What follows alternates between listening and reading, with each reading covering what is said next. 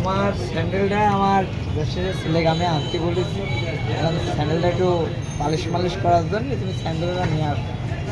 এখন ও চাল কিনতে যায়, চালের বস্তাটা ভ্যানে তুলেছে, আর ওই স্যান্ডেলটা হচ্ছে আপনার আপনার যে পিছিয়ে আংটা থাকে ওই আংটার ওখানে রাখেছে।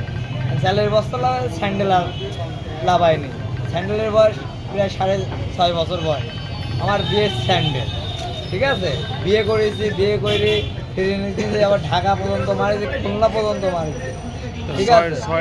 6 বছর মানে 12টা ঈদ গেছে। হ্যাঁ, হেভি আবেগ, স্যান্ডেলটা আমার আবেগ।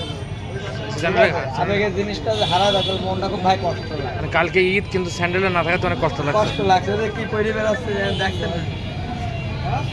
তা খুবই দুঃখজনক ভাইয়ের মনে যে আমার আসলে ভাই খুদার কসম না, আমার আবেগ ওইটা। একটা স্যান্ডেল আবেগ। স্যান্ডেল তো টাকা দিলেই কিনতে পাওয়া যাবে, কিন্তু ওই স্যান্ডেলটা ওই হারিয়ে যায়। স্যান্ডেলের মতন স্যান্ডেল ভাই আমার হবে না, সেটাই। ঠিক আছে। আচ্ছা, স্যান্ডেলটা কিনেছিলাম। দুঃখ করো না, হারানো জিনিস পৃথিবীতে আসছো যাবা, এটাই নিয়ম।